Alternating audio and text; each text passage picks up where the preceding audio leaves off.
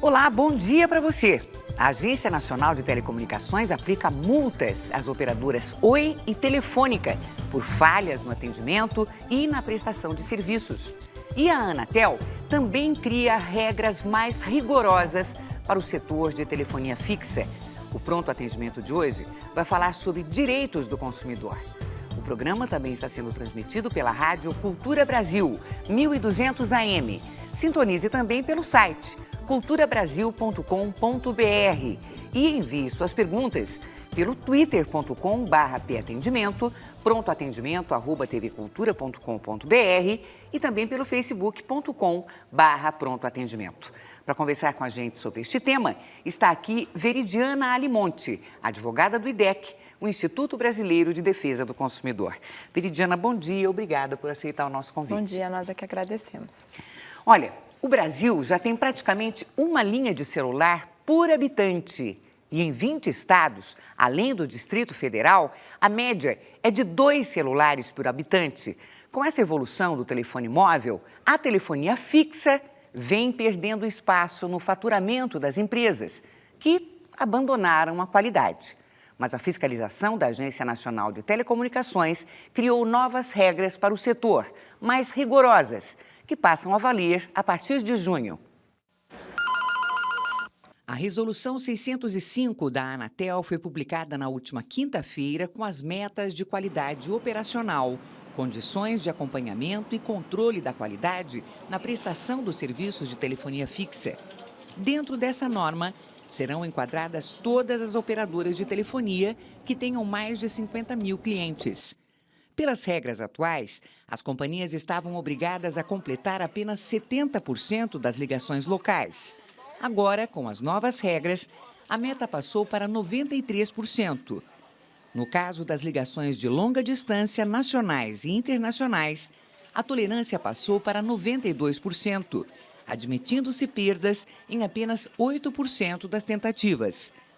Já as centrais de atendimento das companhias de telefonia fixa precisarão ser ainda mais eficientes, com uma meta de 95% para o atendimento das ligações feitas pelos usuários. Ou seja, em praticamente todas as ocasiões que um cliente procurar a empresa para reclamar ou solicitar informações, essas chamadas terão de ser completadas, com tolerância em apenas 5% dos casos. Além disso, as reclamações e pedidos feitos pelos usuários nas centrais de atendimento deverão estar disponibilizados também nas páginas das companhias na internet, para que cada cliente possa consultar e acompanhar o andamento de suas demandas. E outra mudança importante nas metas de qualidade da Anatel é o limite de 2 faturas e meia erradas para cada 1.000 documentos emitidos por mês pelas empresas. Com isso, a Anatel pretende reduzir a quantidade de erros de cobrança, que estão entre as principais causas das reclamações de usuários ao órgão regulador. Lidiana, chamou a atenção o seguinte, quer dizer que até agora as empresas eram obrigadas a completar 70% do total e agora aumentou esse limite, é isso? Então, esse regulamento de qualidade ele é uma alteração ao regulamento que existia antes. A meta de qualidade que existiam antes, em 2003, era o regulamento anterior. Elas tinham que completar das chamadas 70%, mas tinha um outro critério com relação a quando as chamadas caíam por problemas de rede, aí tinha uma porcentagem um pouco menor. Mas, de fato, esse novo regulamento aumentou a porcentagem de completamento de chamadas. Mas vale ressaltar que, em alguns critérios, a Anatel, na verdade, reduziu a exigência. Por quê? E ainda levando em consideração que a base de clientes aumentou de 2003 para 2012. Não muito, porque a gente viu que a base de clientes da telefonia fixa está diminuindo em comparação com outros serviços, mas aumentou um pouco. Então, por exemplo, as solicitações de reparo por 100 consumidores, por 100 acessos, que também é um dos critérios, né? Em 2003 era 1,5 por 100, agora a Anatel já deixa ser 2 por 100. Mesmo a de completamento de chamadas para o call center, antes a exigência era de 98%. Sim. Então, em alguns casos, a agência até ficou menos exigente, se comparar, inclusive, que uma porcentagem agora diz respeito a um número maior de clientes do que em 2003. Mas, sem dúvida, esse regulamento tem novidades interessantes. Tanto a questão do completamento de chamadas locais, que é maior, quanto agora as empresas serão obrigadas a fazer uma pesquisa de qualidade com os consumidores diretamente, e outros critérios que não existiam no regulamento anterior e que agora passam a existir. Principalmente critérios que avaliam o quanto de reclamações não estão sendo resolvidas pelas empresas. Isso a partir de junho, né, que começa a valer? Isso, porque ele foi publicado agora. E em caso de descumprimento, o que acontece com essas empresas? Então, esses critérios de metas de qualidade, eles são verificados pela agência mensalmente. E em caso de descumprimento, as empresas são multadas. Em geral, a sanção mais comum, a punição mais comum é multa. Em alguns casos de descumprimento reiterado e muito grave de algumas dessas metas, pode inclusive levar a agência a tomar medidas mais, medidas mais graves ou mais assertivas do que uma multa. Mas, em geral, é multa. E a gente também iniciou o programa contando da multa para a Oi e para a Telefônica, né, na telefonia móvel, né? O que aconteceu com relação às outras multas? Porque a gente vem sempre contando aqui que as empresas são multadas, né? O que acontece? Elas recorrem e fica tudo por isso mesmo? No caso da Oi, essa multa de 34 milhões foi com relação à telefonia móvel, especialmente completamento de chamada, não reparo na rede. No caso da Telefônica, foram já metas de telefonia fixa, mas com base no regulamento anterior. O que acontece com multa é que as empresas têm tanto as instâncias internas da Anatel para recorrer, quanto depois do judiciário. No caso da multa da Oi, são processos de 2009 e 2010, ou seja, já faz um tempo. Dentro da agência, as instâncias já acabaram, mas a empresa ainda pode recorrer à justiça. E é comum a justiça, o judiciário, suspender o pagamento da multa em liminar e passar a discutir judicialmente. No caso da Telefônica, se ela ainda tem instâncias dentro da agência, mas se ela pagar sem recorrer, ela tem uma redução no pagamento da multa. Isso foi uma mudança que a Anatel fez recentemente no regulamento de sanções que ela aprovou no ano passado, para incentivar as empresas a pagarem a multa e não ficarem recorrendo. Muito bem, olha, já temos perguntas aqui, olha, vem de Rio do Sul, Santa Catarina, a pergunta da Sheila. Ela diz o seguinte: eu comprei 2 celulares no site Toda Oferta no dia 17 de dezembro. O pagamento foi feito pelo PagSeguro, o vendedor respondeu todos os e-mails. No dia 3 de janeiro ele parou de responder. Eu descobri que todos que compraram o celular com este vendedor não receberam o produto. Entrei com disputa, mas perdi a disputa, pois alegaram ter passado do prazo para entrar. O vendedor é uma pessoa que engana as pessoas, né? Pegou o dinheiro e eles não fazem nada para ajudar. O que a Sheila pode fazer, hein? Pois é, essa situação é muito complicada, né? Primeiro que é preciso o consumidor ficar atento ao prazo de entrega que o vendedor, o fornecedor está oferecendo. Ele tem que cumprir o prazo de entrega que está sendo oferecido e, diante de um não cumprimento, a consumidora, no caso, buscou entrar em contato com o fornecedor e ele veio respondendo até que ele parou de responder. E aí ela buscou, provavelmente, o juizado especial cível, né? Então, nesse caso, nem tinha se completado um mês da compra, ela deveria, sim, ter resolvido esse problema na disputa que ela ingressou. Então, nesses casos, é importante buscar o PROCON ou o juizado especial cível, exigir ou a entrega imediata do que foi comprado ou a restituição do valor pago, com correção monetária. É importante, antes de fazer uma compra pela internet, verificar se o fornecedor é confiável, buscar se tem reclamações daquele site, se tem alguma informação na própria internet sobre aquele site. A gente falou outro dia sobre isso. O site do IDEC parece que também dá o acesso aos canais, né, para identificar as empresas que não são muito confiáveis, é isso? No site do IDEC você pode buscar informações de empresas que não são confiáveis, mas também tem outros sites que têm registro de reclamações de pessoas com relação a fornecedores. Então, a internet já é uma fonte de verificar se aquele fornecedor é confiável ou não, ou pelo menos ter alguma ideia de se pode haver problemas naquela compra. Comércio eletrônico, infelizmente, a gente não tem uma loja física, os riscos podem ser maiores. Olha, chegou uma pergunta aqui por e-mail do Álvaro, que é de Osasco. Ele conta, desde 24 de dezembro do ano passado, eu venho junto à Anatel solicitando que a operadora Claro forneça a gravação de uma ligação, na qual fui muito mal atendido pela atendente. Porém, até agora a prestadora não me enviou a gravação a que tenho direito. O que eu devo fazer? Poxa, aí ele já buscou a Anatel, inclusive. No caso, o Álvaro já sabe, mas é interessante retomar que todo consumidor tem o direito a pedir a gravação da ligação no serviço de atendimento ao consumidor de uma ligação feita em pelo menos 90 dias. Então, se uma ligação que você fez até 90 dias atrás, você pode pedir a gravação da ligação, é importante ter o número de protocolo. Nesse caso, a Anatel, enfim, está falhando com relação à sua obrigação de exigir da operadora isso, mas é interessante saber que consta do sistema da agência que essa solicitação do usuário não está sendo atendida e isso pontua, inclusive, dentro da agência, estabelece pontos para a empresa desfavoráveis. Nesse caso, o consumidor pode procurar o PROCON também, continuar insistindo na Anatel e procurar o PROCON.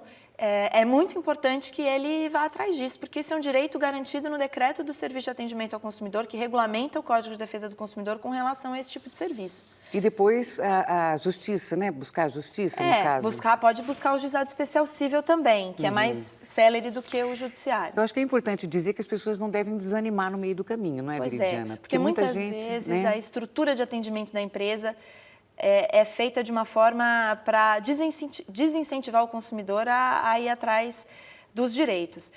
E vale, inclusive, dizer que quando o consumidor pede a gravação da ligação, ela tem que chegar em 10 dias. Então, tem um prazo, inclusive, fixado para que essa gravação seja recebida. Entendi. Olha, a gente acabou de falar, então, das mudanças que a partir de junho, né, vão acontecer nas regras do atendimento da telefonia fixa. E tem uma pergunta aqui da Vânia que fala sobre um dos pontos, que é em relação à cobrança. Então, vai ser estabelecido um limite de contas erradas, não é isso? A Vânia diz o seguinte, olha, a TIM Web sempre dá problema ao enviar a conta. Depois, com um atraso, a empresa cobra juros, mesmo sendo pouco. Eu me sinto desrespeitada. Eu já cansei de reclamar, fui pessoalmente na loja TIM e não adianta, todo mês dá problema. Eu posso pedir indenização no juizado de pequenas causas? Então, nesse caso, é interessante saber que sempre que você contesta uma conta, aquela parte contestada não deve ser cobrada de você até que a empresa dê uma resposta satisfatória para a sua demanda. A outra parte da conta, que você não está contestando, a empresa tem que emitir uma nova fatura, só com aquela parte não contestada. Então, não procede a consumidora não pagar a conta e depois a TIM cobrar juros, porque a TIM deveria ter emitido uma nova fatura sem a parte que ela contestou. E aí a consumidora pagaria dentro do prazo, né? A empresa tem até 30 dias para responder quando você contesta. Nesse caso aí, as metas que a gente estava conversando são sobre telefonia fixa, não sobre o serviço de internet, mas problema de cobrança é um problema recorrente em todos os serviços de telecomunicações. Então, essas metas para a telefonia fixa devem também acontecer, não na mesma proporção, mas a Anatel busca reduzir as reclamações de cobrança nos serviços de telecomunicações em geral. Em geral, né? Olha, o Elísio Muniz dos Santos, ele fez uma pergunta pelo Facebook. Quando as operadoras de celular vão ser punidas por bloquearem o saldo positivo de créditos no pré-pago, elas forçam o cliente a colocar mais créditos. Eu acho isso um desrespeito enorme com o consumidor. Pois é. Agora, os regulamentos da Anatel sobre o serviço permitem que elas bloqueiem. Ah, é? Permitem. A validade de créditos é permitida pelo regulamento do serviço de telefonia móvel. Todos os créditos têm que ter uma validade, que normalmente são proporcionais ao que você pagou pelo crédito, né? Quanto mais caro, maior a validade dos créditos. E as empresas têm que ofertar pelo menos créditos de 90 e 180 dias de validade, mas podem ofertar créditos com validade menor. Uma coisa importante para o consumidor saber é que bloqueado o crédito, porque acabou a validade, na próxima recarga que ele fizer, aqueles créditos que ele não utilizou e que foram bloqueados voltam a valer. Então, não é que ele perde. Os créditos bloqueados, porque a validade acabou, voltam a valer pelo mesmo prazo dos novos créditos que ele colocou. Esse é um assunto polêmico, mas a agência permite que exista essa validade para que, enfim, as pessoas sejam estimuladas a colocar novos créditos e não ficar só administrando por meses um crédito já colocado há muito tempo. Olha, a Daniela Cordeiro é de São Paulo. Ela conta, há 3 meses eu comprei 2 celulares na internet através do site Salve-me. Eu não gostei dos produtos que recebi. Solicitei a devolução através de e-mail, porque o site não fornece telefone para contato. Eles disseram para que eu enviasse o produto para um endereço remetente e depois de recebido meu dinheiro, ele seria devolvido. Eu parcelei a compra em 3 vezes e até o momento eu não fui ressarcida. Já entrei em contato várias vezes e ninguém me respondeu. O que eu posso fazer? Este é um direito garantido já no Código de Defesa do Consumidor. Não precisa ir nem nas regulações específicas de serviço. O direito de arrependimento. Toda compra que você faz fora do estabelecimento comercial, então, se você faz pela internet ou se você faz pelo telefone, o consumidor tem o direito de, em até 7 dias, desistir da compra, sem precisar da justificativa, ele não precisa explicar por quê. Ele tem 7 dias para desistir da compra. Nesse caso, foi o que ela fez. Ela comprou fora do estabelecimento comercial e desistiu da compra. Nesse caso, o consumidor tem que devolver, restituir a quantia paga e estabelecer uma forma que o consumidor possa devolver o produto. Então, nesse caso, ela já pode buscar o PROCON ou buscar o juizado especial cível para reaver o dinheiro dela, mesmo que com as parcelas. No caso das parcelas que ainda não foram pagas, pode inclusive suspender junto ao cartão de crédito que elas sejam cobradas. Então, são 7 dias que ele pode se arrepender. Mesmo que ele pegue o celular e faça downloads e mude a configuração não, e aí, tudo? se ele fizer, por exemplo, se ele já utilizar um serviço, ele vai ter que pagar por esse serviço. Quer dizer, ele já usou o celular? Essa é a minha dúvida, durante 7 dias. É melhor que não se utilize, porque se depois voltar com algum defeito, alguma coisa, é claro que você vai ter que ver se está funcionando. Ela não gostou depois de ter usado. Ela vai ter que ver se está funcionando. Então, sim, tem um limite aí de utilização para ver se está funcionando, se você gosta. Dentro desses 7 dias, agora, se fizer alguma alteração que possa causar algum problema no celular, algum defeito, enfim, deve-se tomar cuidado com isso. Mas é claro que você tem que abrir o pacote. Às vezes as empresas dizem, mas você abriu o pacote, então não pode usar o direito de arrependimento. Mas isso não faz sentido, porque para você ver o produto que você comprou, ver se gostou, se não gostou, tem que abrir o pacote, tem que ligar. Então, tem aí uma margem de utilização do produto. Bom, hoje o tema Direitos do Consumidor, até agora falamos sobre telecomunicações, mas tem uma outra pergunta aqui,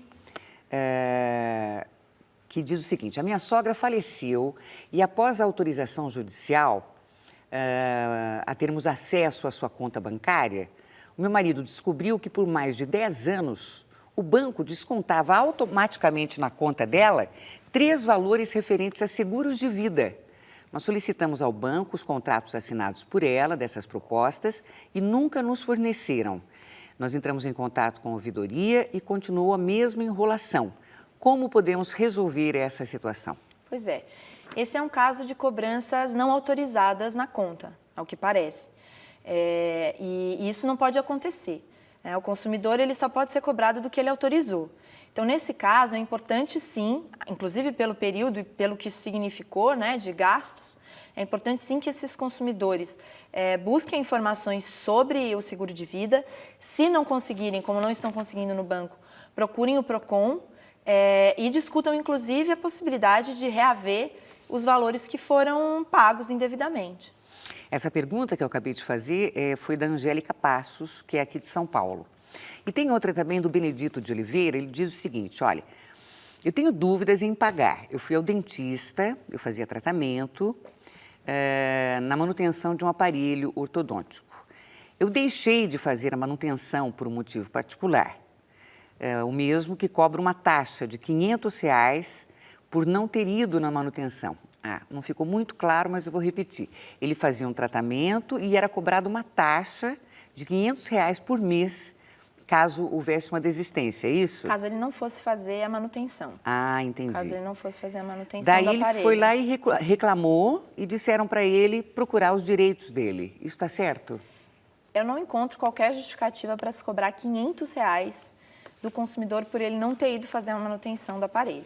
Nesse caso, é uma prática abusiva do fornecedor, que no caso é o dentista, e o consumidor não deve pagar essa dívida, deve contestar isso.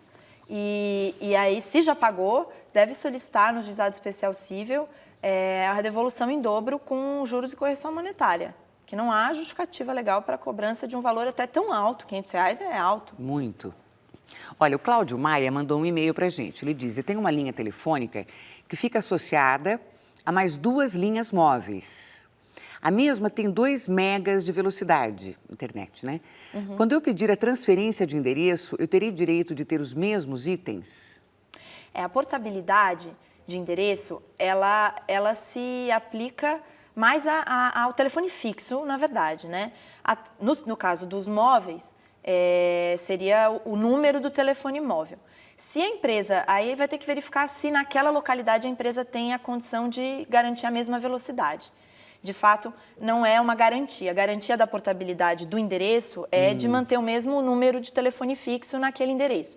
Agora, se a empresa, naquele mesmo endereço, tiver as condições de oferecer o mesmo serviço, ela vai ter que garantir isso ao consumidor. Não tem por que ela não garantir ao consumidor se ela tem disponibilidade desse serviço na área para a qual ele está mudando.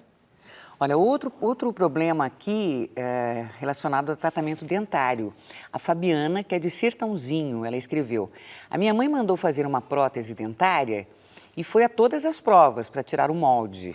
Mas depois, quando ficou pronta, o tamanho não ficou adequado. A dentista afirmou que não faz outra e nem devolve o dinheiro. O que devemos fazer nesse caso? O consumidor pagou, foi feito o molde, é responsabilidade do fornecedor, no caso do dentista, de prestar o serviço direito, com qualidade. Se o molde não ficou, se o molde não serviu para a boca da mãe, é porque não foi feito direito, ela deveria fazer novamente ou devolver o dinheiro. Então, nesse caso, é mais interessante que ela busque o Juizado Especial Cível e solicite o dinheiro de volta, porque nesse caso nem vale insistir a prestação de serviço com essa dentista. Sem dúvida. É que, normalmente, numa relação assim com o dentista, a gente acaba não assinando nada, né? A gente combina, né? Pois é. Não existe um documento, olha, estou fazendo tal coisa, né? Mas, nesse caso, você tem o comprovante. Bom, se ela pagou diretamente em dinheiro, talvez ela tenha um recibo do dinheiro que ela pagou, ou o comprovante do cheque, ou do cartão, enfim, pela prestação de algum serviço. Sim. E aí, que serviço que foi prestado, né? O dentista vai ter que demonstrar. O serviço prestado foi um molde que deu errado? Isso não é um serviço. Muito bem, vamos conferir então uma informação sobre telecomunicações para ver se é um mito ou se é uma verdade.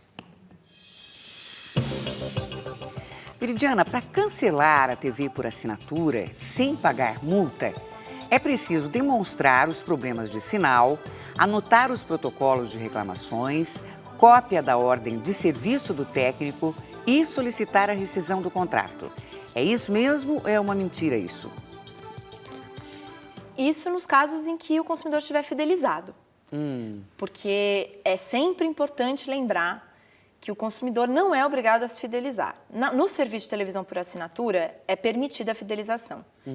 A empresa pode fidelizar o consumidor por, no máximo, 12 meses, né? Então, mas ela tem que oferecer alguma vantagem. Sim. Que o consumidor, algum desconto, alguma vantagem que o consumidor aceita e por isso se fideliza. Sim. Tá? Porque ele pode não aceitar a vantagem e não se fidelizar. Então, se ele quiser cancelar o serviço enquanto no período de fidelização e não quiser pagar a multa, que também tem que ser proporcional ao tempo que ele ficou com o serviço, né? Aquela multa integral, ela tem que ser proporcional aos meses que você ficou com o serviço. Aí ele vai ter que demonstrar que não está havendo boa prestação do serviço, que a empresa não está cumprindo o contrato e por isso ele tem o direito de rescindir o contrato, parar de receber a prestação de serviço sem pagar a multa. Sim. Já que ela não está fazendo a parte dela, ele não vai fazer a parte dele de pagar a multa. Mas isso nos casos em que ele estiver fidelizado. Aí sim, ele vai ter que comprovar que ela não está dando o sinal corretamente, que ele já tentou resolver, que ela não resolveu e que aí ele está cancelando o serviço. Muito bem, nós já voltamos então com outras perguntas e respostas sobre direitos do consumidor, os seus direitos. A gente volta daqui a pouquinho, até já.